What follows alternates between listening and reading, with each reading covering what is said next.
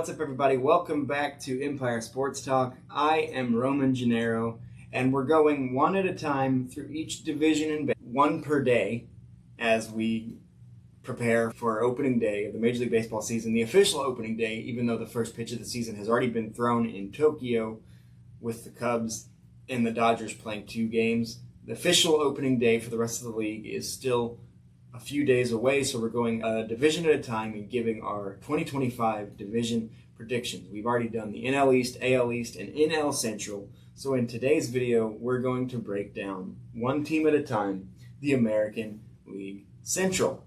And I don't want to waste any time here. The number 5 team is the Chicago White Sox. A year ago, they finished with the most losses in MLB history at 41 and 121. They didn't do anything in the offseason. They literally made no move, made no cultural change, made nothing. And there is nothing on their roster that indicates an attempt to do better. I believe one of their quotes in the offseason was, "Our goal is to be better than we were a year ago." It's really hard to lose more baseball games than the White Sox did a year ago. And what's crazy to me, of all the badness that's on this roster, that Andrew Benintendi has just been wasting away now in Chicago for what's going to be his 3rd year. A former Golden Spikes Award winner. I believe, wasn't he Rookie of the Year back when he was a rookie?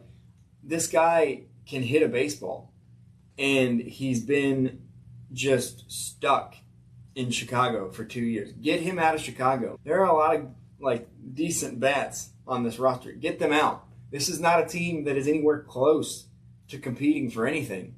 There's no reason for this group to be together. Rip them apart. Give some of these players that have a chance to still have careers a chance. Benintendi's a career .270 hitter. Get him out of Chicago. He's not going to be the star of your lineup unless you're the White Sox, but he can be a huge piece for a team that is competing for a championship. Get him out. And it's not going to get any better for this roster. They do have 6 of the top 100 prospects, 3 of which are in AAA, but 2 of those are catchers. Someone's going to have to move. With as bad as this team is, it's going to take more than 6 teenagers to turn this around. It's going to take an entire culture change. But my one request, you did the right thing. You traded Garrett Crochet. He's too good for you. Trade Andrew Benintendi. I know Luis Robert has struggled, so maybe he deserves to stay there. But trade Andrew Benintendi. Get him out. Give him a shot at happiness, because it's not going to happen with you. That's number 5. That's no question. They were in 5th place by 41 games. In probably the most competitive division in baseball, the 4th place team was 41 games ahead of the White Sox. Which brings me to 4th place, Minnesota Twins. This is a good roster. I like this roster, but they didn't really change anything. They didn't make a lot of moves, so it's hard for me to look at that and expect more. Their rotation doesn't blow me away after Pablo Lopez, who I love Pablo Lopez. I was excited to see him leave Miami and go to Minnesota to join Sonny Gray. I think that was the biggest mistake that the Twins made, was a year ago letting Sonny Gray leave. But nothing about this excites me. They did add Ty France, but I don't think he's going to make a massive difference, especially because they lost Max Kepler, who has been a mainstay there for several years. They have Byron Buxton, Carlos Correa, and Royce Lewis, who they're exciting players, but their injury histories read like a CVS receipt. And so these guys are not going to combine to play 280, 300 games. These guys, I don't expect any of these guys to really play 100 games. So you need more everyday production than I think the Minnesota Twins are going to get. I think they'll have a shot at the wild card because, again, a year ago, these 4 teams were separated by 4 games in the AL Central. So, get it, I see it, but I just think this division is too tough to just kind of stand pat and do nothing. but that doesn't mean that they won't have a shot at a playoff spot. Number 3, and as I said in a previous video, and as I just said a minute ago, this division was really good, so the third place team could make the playoffs. And so you could tell me, you could put these top 3 in any order, and I'd be like, I buy it. I buy it. But this is just what I think is going to happen based on paper. Number 3 is I have the Detroit Tigers. This is a team that I'm very, very high on, and they only seem to be getting better. They signed Tyreek Skubal to a 1-year deal to give them hopefully another year to work out an extension. He's coming off a Cy Young. They pulled off a Kevin Costner draft day type situation with Jack Flaherty as he was with the team to start last year. They traded him to the Dodgers, and I believe they traded him away fully intending to bring him back. They traded him to the Dodgers in return for Trey Sweeney. They traded him to the Dodgers in return for Trey Sweeney, who's now expected to be their starting shortstop. So it appears, mercifully, that the Javier Baez experiment is over in Detroit. He's still on the team, but that's probably one of the worst free agent signings in the history of ever, because he awful. But so they bring back Jack Flaherty in a brilliant move to land them a number 2 again, along with a starting shortstop. And then there's just a lot to like with their pitching in general. They have Tyreek Skubal, Jack Flaherty, Reese Olson, Jackson Jobe, who's their top prospect. He came up late a year ago. He's the number 5 prospect in baseball. They're expecting him to be like he's going to do something. And they have Brisky probably going to be in the bullpen. And also, the Tigers have a ton of help coming. They have 6 of the top 100 prospects, 3 of the top 30. They have Jackson Jobe at 5, Max Clark at 6, who I think they have him slotted to make his debut in 2027. But from all accounts, it sounds like he's making a huge impression this spring training. So I would expect that that's going to be accelerated a bunch. And then after Jackson Jobe, none of their guys are above high A baseball. So it's going to be a while for most of these guys, but I like what A.J. Hinch is doing. I like what that front office is doing. I like the young players that are already on the field, like Colt Keith, Trey Sweeney, Riley Green, Parker Meadows, Spencer Torkelson. This is a make-or-break year for him. They did add Gleyber Torres at second base, which I think is a win for both teams. I think Gleyber Torres wanted a fresh start away from the Yankees, and he even said, I'm glad to be somewhere I'm appreciated. That kind of tells you about his experience in New York.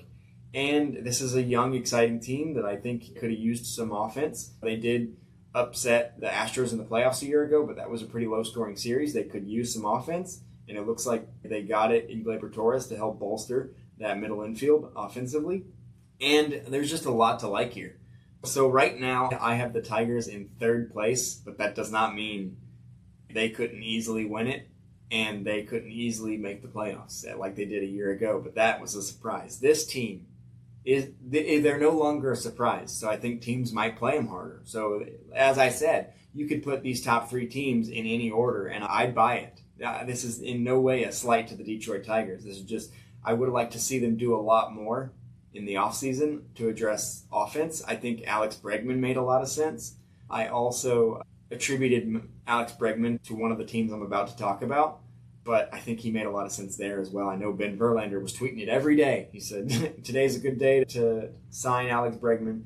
Didn't happen. He's with the Red Sox.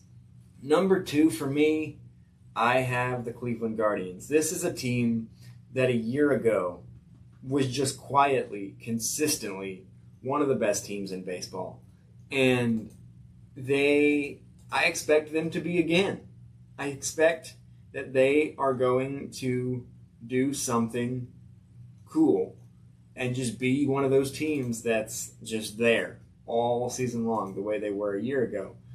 They have 4 of the top 100 prospects.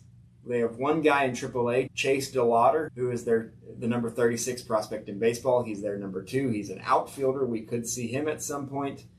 But their top guy, the number 1 overall pick in the last draft, Travis Bazzana, his ETA is 2025. So he's a second baseman, middle infielder He's currently in high A, but it sounds like they're going to try to fast track him. I don't love that, considering that we've seen fast tracks happen with Jackson Holiday and with Dansby Swanson and with Jack Leiter, the pitcher for Texas Rangers, and all three of those guys inevitably had to be sent back down because they got rushed too fast. And when they came back the second time, it was much better. So I would caution is like, don't rush Bazana. I think he's going to be good in a middle infield that needs that depth. Right now at second base and short, they have Gabriel Arias and Brian Rocchio. It's not a great lineup. The top of the lineup is pretty solid with Bo Naylor, Carlos Santana, Jose Ramirez, and Stephen Kwan. But after that, not terribly excited about this. I would like to see them make a move at some point this season. I'd like to see Lane Thomas be better than he was when they brought him over at the trade deadline a year ago. He was really good in Washington and just had a kind of a bad run with Cleveland. Hopefully he gets a fresh start and is much better. But the big story for this offense is that they lost Josh Naylor, who is now in Arizona. And I think that's going to be a huge hit to their offense. And let's play devil's advocate here. What's that going to do to his brother, Bo Naylor? Is Bo Naylor upset that his brother isn't on the team anymore? Is that going to cause friction? Or is it just like, that's the way it's played, and I'm going to help this team win? We'll see. That's just conjecture on my part. Is he going to be disgruntled because his brother's gone? I don't know. I probably would be. No slight against the Guardians. I have them in second place. I still think they're going to be really good, but I would like to see them add some depth to this lineup at some point because it seems pretty thin on the bottom. And then number one, the team that kind of shocked the world in terms of their turnaround a year ago, the Kansas City Royals. Like I said, this is a team that 2 years ago lost 100 games. And then last year they won 86. So this is a team, there's a lot to like about them. And I think there's a few more certainties in their lineup than there are in the Guardians lineup right now. I mentioned that I had Bregman attached to another team in this division, and that team was the Kansas City Royals. That made all the sense in the world to me because they could have had a huge upgrade at third base. No, nothing against Michael Garcia, but he would have been a huge upgrade. I really like this rotation again, like I did a year ago. Obviously, it's without Brady Singer. He is now in Cincinnati, but Cole Reagans, Seth Lugo, Michael Wacha, Michael Lorenzen, and Chris Bubich. After Cole Reagans, this is just a sturdy group of innings eaters, and I appreciate that. I would like to see this bullpen get fortified a little better, and there are some holes in this lineup. I like Kyle Isbell. I like MJ Melendez, although he doesn't hit for a high average. They did add Jonathan India to the middle of that infield. I think that's huge. A healthy Vinny Pasquantino, I think, is coming back healthy. He's going to be big. I think this division could be competitive on a low end. Obviously, we talked about how the Milwaukee Brewers won the Central with 93 wins. The Cleveland Guardians won the AL Central with 92, and 1 through 4 were separated by 10 games. I said 4 earlier. That's I was looking at the difference between Detroit and Minnesota because Detroit was the last playoff team. So the fourth place Minnesota Twins had 82 wins. The first place Guardians had 92. I expect more of the same. I don't think any of these lineups are blowing anybody away, but obviously I love Bobby Witt Jr. is going to be an MVP candidate. The addition of Jonathan India is solid, though not as big as I would have liked to see him get Alex Bregman. And let's not forget, they do have the number 22 prospect in baseball in Jack Caglione. He is slated to start the season in high A and arrive on the scene in 2026. But at least early in spring training, he was blowing people's minds. So I wouldn't be surprised if he showed up on the scene this year, the second half of this year. It would not surprise me. I'm not saying it'll happen, but I wouldn't be surprised. So that is my rundown of the AL Central. Nobody that I'm really jazzed about. I don't think any of these teams are going to... Like a year ago, Cleveland made the ALCS. I don't see that happening. I don't see any of these teams threatening for a World Series, especially not Chicago. But the other four, I don't see any of these teams threatening for a World Series, but you could put them basically 1 through 4 in any order, and I'd be like, cool, I'm cool with that. But that is the way I see it this year, from 5 to 1, Chicago, Minnesota, Detroit, Cleveland, and Kansas City. Let me know in the comments who you think is going to win the AL Central, and how many teams from this division do you think are going to make the playoffs? Do you think it's going to be 3 like it was last year, or less? And until then, don't forget to like and subscribe on the channel. I am Roman Gennaro. Until our next divisional video, where we will be going to the West, both the AL and NL, in separate videos in back-to-back days. Until then, don't forget to like and subscribe, and I'll see you on the next one.